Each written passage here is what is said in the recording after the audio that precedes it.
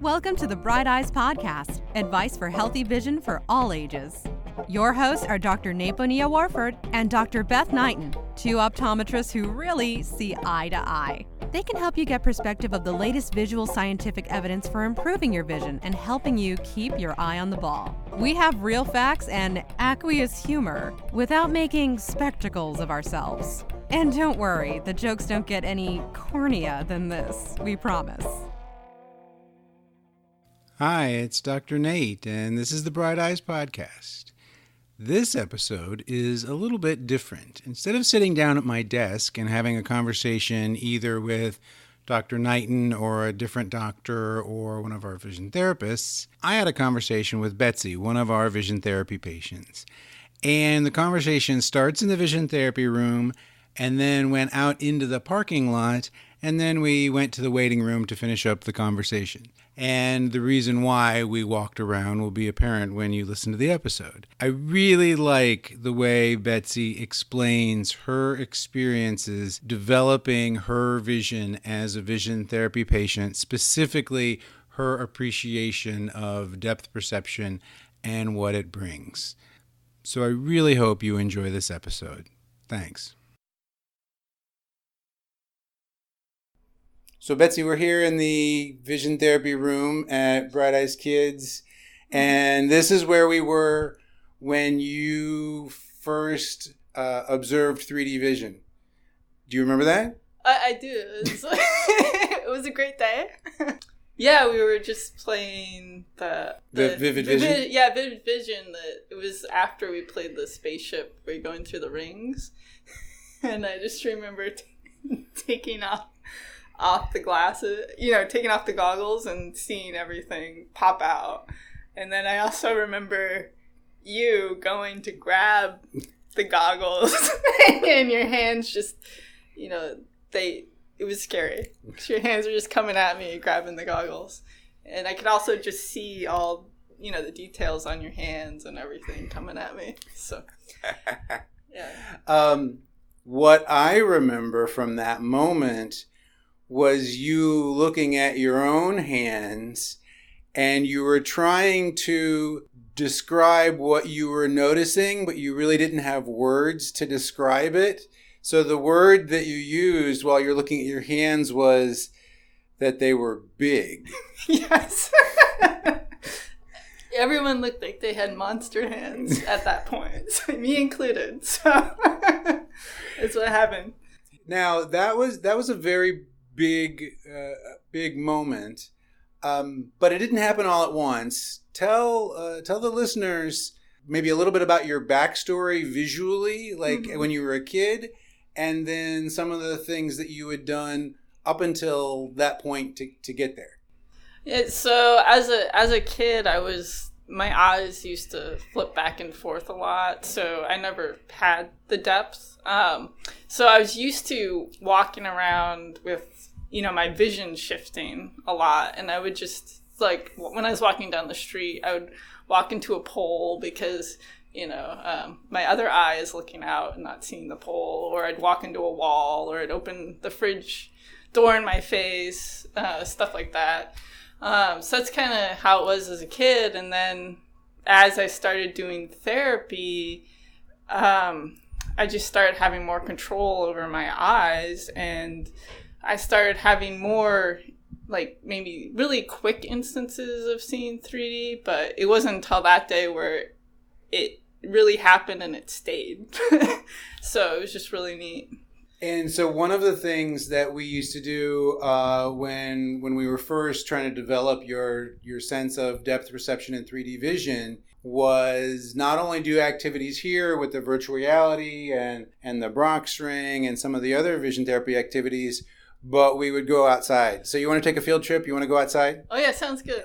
So yeah, this is exactly what we would do. The reason why we would do this is because outside is full of detail and things are very, very far away. So we would come out here, and so now we're outside. We're literally in the parking lot. And so one of the things that we used to do would be to walk through the parked cars. And there's a lot of space in between the cars. But for you, it was sort of like a different experience when you were seeing 3D. Yeah. At first, it didn't all come together. So it's like, why are we outside? Why are we doing this? And you'd have me look. You're at the saying building. that I didn't do a great job of explaining. No. But it was just like nothing was clicking. And then you'd ask me to go look at a building near and far, and I wasn't seeing it. But then I'm not sure if it was the same day, but I remember you told me to go walk down the sidewalk here. Here, we can go. Yeah, I just remember walking down the sidewalk, and all of a sudden I freaked out and flinched because this tree here just popped out at me, and it looked like it was attacking me. So it was just like an amazing experience, and then I just started looking around, and when you see 3D, it's like you have, if you're doing HDR photography and you have double exposure, so you can see then I just noticed I could see all these details in the leaves and the grass, everything was popping out. And when I looked up at the sky, the trees actually looked like Dr. Seuss trees because they're these little fluff balls. And then... so how did trees look before that? Flat green, like construction paper, sheets of construction paper that are maybe have different tones in them, but it's all flat. But then when you see in 3D, you can actually see, like, for example, on this leaf here, you can see the wax coat on the leaf and just all the detail within the leaf. And then each leaf is on a different plane. So it just becomes a very complex object to look at and really, like, incredible. So I remember even after the appointment, I was like, oh, I'm going to walk around some more. And I was just staring at everything, like piles of dirt, leaves on the ground, anything was just like incredible from that point forward. So. And you were so kind of excited by that you actually told the tree story in your blog, which you have, and you had some other stories you talked about. You said one of the things that you discovered that there was like a part of your car that you hadn't noticed before. Oh, there was I can't remember now, but there were like, so I used to drive a Jeep. I recently got a different car, but there were other compartments in my car that I didn't actually see, because the other thing that happens when you don't see 3D is everything, it's a flat surface, so you just assume that thing over there is flat, but then when I got in, I was like, what is this? And then I also noticed my dashboard was really dusty. So when you see 3D, you can see dust really well. So it's really like, oh my gosh. That's interesting. That's the type of thing that when you're in the exam room as a doctor and you're doing the tests and you're quantifying things and you're trying to extrapolate and make predictions, you don't think about that sort of real world experience of being able to see the dust or see the compartments in your car. One of the things that happened that really struck home to me, which I really liked, and I tell this story sometimes, is I think I had been to a concert the night before, and I got home like super late. Yeah. And we had done some activities, and you said something like, you said that you were tired, but now that I'm seeing in 3D, I can really see that you're tired. Yeah. Which I thought was actually great, because I don't think many people think a lot about or talk about the interpersonal aspects of having depth perception in 3D vision, the social cues that people get when they interact, nonverbal communication. Do you have any thoughts, or is there anything you want to say about that? Oh yeah, it's definitely totally different. So like, I experienced my first breakup in 3D, and it was, I've been in relationships, we've broken up, and it's been like a very like process where it's like they say something, I get the message, I kind of get the message and I process it later. But when you're actually 3D in the space, I'll just use the example of the last breakup.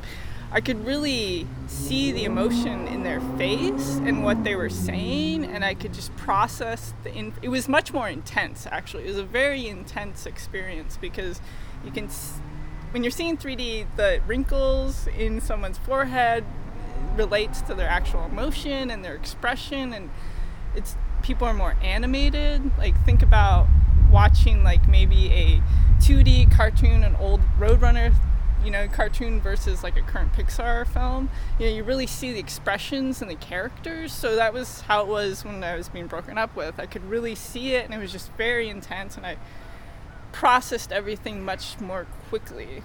So it's really interesting when you're seeing 3D. That's a wonderful observation that you're not going to read in textbooks, maybe at most a single sentence, but certainly not somebody who's experienced the difference in with and without being able to talk to somebody and experience that kind of emotional situation with the benefit of depth perception. So I think that's really great. Let's head back into the office because I hear a little thunder, which it's Florida. It's the right. lightning capital of the world, so that's not unusual. So for somebody who maybe has visual problems, they might have strabismus, like exotropia or esotropia.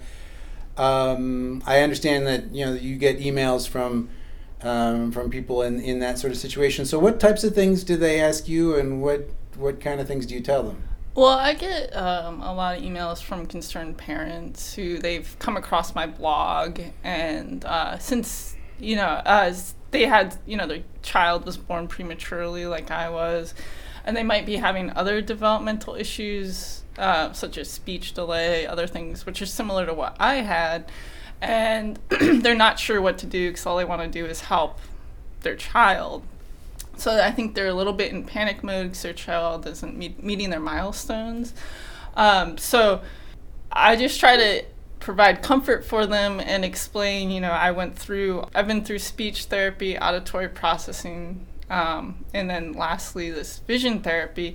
And each time I've been able to be more connected with the world. So with this last, with vision therapy now, I'm actually feel like I'm in the world, in space, in really interacting with people and able to interact with people. So I just, when I get these emails from parents, I tell them, maybe just wait a little bit. I know the doctor's wanting to perform eye surgery. I had 2 eye surgeries. The first one was successful in uncrossing my eyes, but the second one wasn't. But, vision therapy worked, and it worked on me as an adult, so I can only imagine what it could do for your child. And the other thing, too, is by taking the initiative and getting the child into therapy at an early age, it helps them so much tremendously across their life. Because like me as a child growing up, I was picked on a lot. I didn't really have very many friends, and I had a lot of difficulty going through life basically until I was finally able to have these different kinds of therapies. So as a parent, if you take this initiative, get them into therapy and get them started on this path, it's only going to positively impact your child long term. So that's why I try to encourage them, to do that. And what other ways do you think that doing vision therapy as an adult rather than as an elementary school kid, what other ways has it changed your life? Well, for me, it's made me appreciate so many things. Like, I'm just very appreciative of the opportunity to do that, and it's really opened a lot of doors for me. Because, as a child, I wanted to be a dentist, and I couldn't do that, and the doctor basically said there's no real career path you can take there, so I studied photography. So now that I have these abilities to see, and I can read textbooks, and I can interact with people, now I want to go be an optometrist too, so I'm just really excited that I'm able to pursue any career path. Not any career path, but this career path. You want to be an astronaut? Right. You could be an astronaut princess? That's right. So, but no, but reaching potential and doing what people want to do and feeling like they have those opportunities is really important. Our mission statement at Bright Eyes is all about empowering patients through vision care to help them do whatever they want to do. And we do that in all kinds of different ways. We do it with contact lenses, we do it with glasses, we do it with myopia control. But one of the greatest ways that's the most exciting and most rewarding for all of us is with vision therapy, because people really do set different and larger goals for themselves after they sort of see what's possible. And the fact that you've been able to go through that is great. It's really wonderful. Yeah, I'm really excited about my future. So it's just really I'm so happy because all this really hard work. Because it's not like I saw 3D instantly or my issues went away instantly. It took several years of work, and it's not like my vision's perfect, but I'm now able to manage my vision and my... Well, and actually, that's an important thing to talk about, because you did work really hard. You worked many hours, but you're no stranger to hard work. You worked as a student when you were younger. You worked in the different types of therapies that you talked about, and so you understood that this is something that I want to work on, that I think is achievable, and so you get lots of credit for wanting to do it and actually going through with it. And that's one of our goals with all of our patients, is encouraging them and motivating them and educating them. This is what's possible. This is how much work I think it's going to take. So if I remember correctly, there was a time when you were going to see lots of 3D movies. Oh yeah, it's very cool. I still do. I mean, if I have more time, once I get more time, it's gonna happen. Well, yeah, because you're busy with work, and we understand that. But wasn't there was like a children's movie that you went to see a bunch of times? Yeah, so Trolls in 3D, it was amazing. So I went and saw it 5 times because each time I saw it in 3D, because there's a lot of bright colors in that. As soon as I took off the 3D glasses, I saw 3D. And then I could go walk around the parking lot and go over to Target and see everything was 3D. And it lasted for 3 hours, so it was just really cool. So I just repeated the experience several times. So now I have a 3D projector at my house because it's a little bit cheaper than going to the movie every day. Yeah. So I watch films that way. Yeah. Yeah, no, I remember you talking about it, and I was like, really? You went to see Trolls again? Right. And you're like, yeah. Yeah, the story, not for the storyline.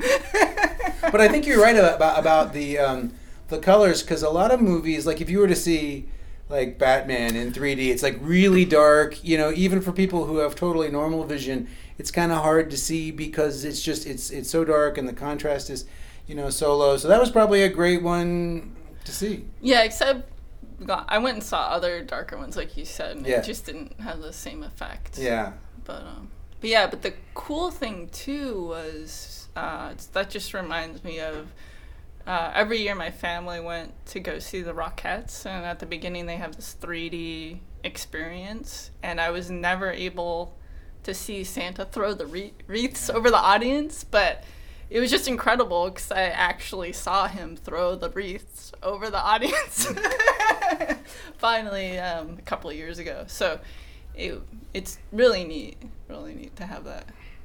Well, great. Well, thank you for your time, and it was great catching up with you, and good luck with everything else. Yeah, thanks. Good to see you. Brought to you by Bright Eyes Family Vision Care and Bright Eyes Kids. Find previous episodes and more detailed information at brighteyestampa.com. Creative Commons Copyright Attribution, Non-Commercial Use. The only purpose of this podcast is to educate and to inform. It is no substitute for professional care by a doctor experienced in the area you require. This podcast is provided on the understanding that it does not constitute medical or other professional advice or services. Please consult your physician for diagnosis and treatment.